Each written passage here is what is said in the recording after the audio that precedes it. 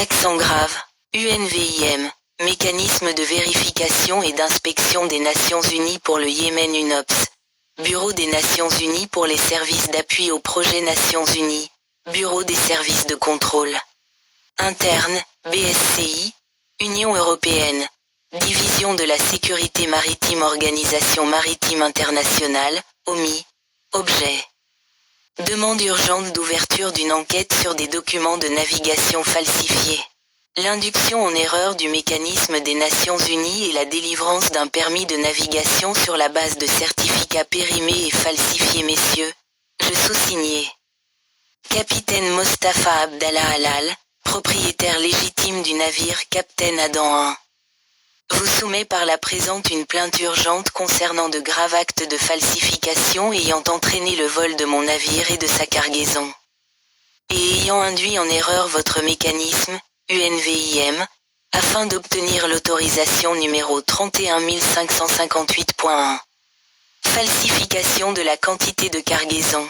Le document de dédouanement UNVIM indique que le navire transporte barre d'armature laminée à chaud 7569,08 mt. Cependant, le connaissement original émis en Turquie prouve que la cargaison réellement chargée à bord n'est que de 7,228 mt. Cet écart important ne peut être accidentel et indique clairement qu'un second connaissement falsifié a été émis et soumis à votre mécanisme. 2. Falsification de l'identité de l'expéditeur. Le document de dédouanement UNVIM désigne l'expéditeur comme étant Sabah International Shipping. Cependant, le connaissement original indique que le véritable expéditeur est İzmir Demir Çelik, Turquie. L'acheteur, destinataire est Fondation Mohamed Nasser Al-Boulaï, Yémen.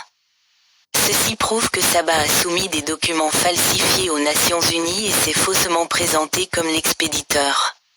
Falsification du titre de propriété du navire.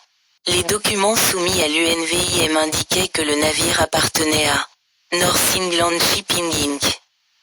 Cependant, le certificat d'immatriculation officiel délivré par l'autorité maritime de Zanzibar, République unie de Tanzanie confirme que le seul et unique propriétaire légal du navire est Mostafa Abdallah Halal, propriété à 100%. Cela signifie que le certificat de propriété soumis à l'UNVIM était falsifié. Les certificats réglementaires du navire utilisés lors de la procédure de dédouanement étaient expirés et invalides. L'autorisation de navigation accordée par les autorités portuaires de Djibouti était fondée sur des certificats expirés et falsifiés, en violation du droit international de la mer. De la SOLAS, Convention internationale pour la sauvegarde de la vie humaine en mer et des réglementations de la CNUDM relatives à la documentation des navires. Responsabilité des autorités portuaires de Djibouti. Je suis directement responsable des agissements suivants. Mohamed Moussa Abar, directeur du port de Djibouti.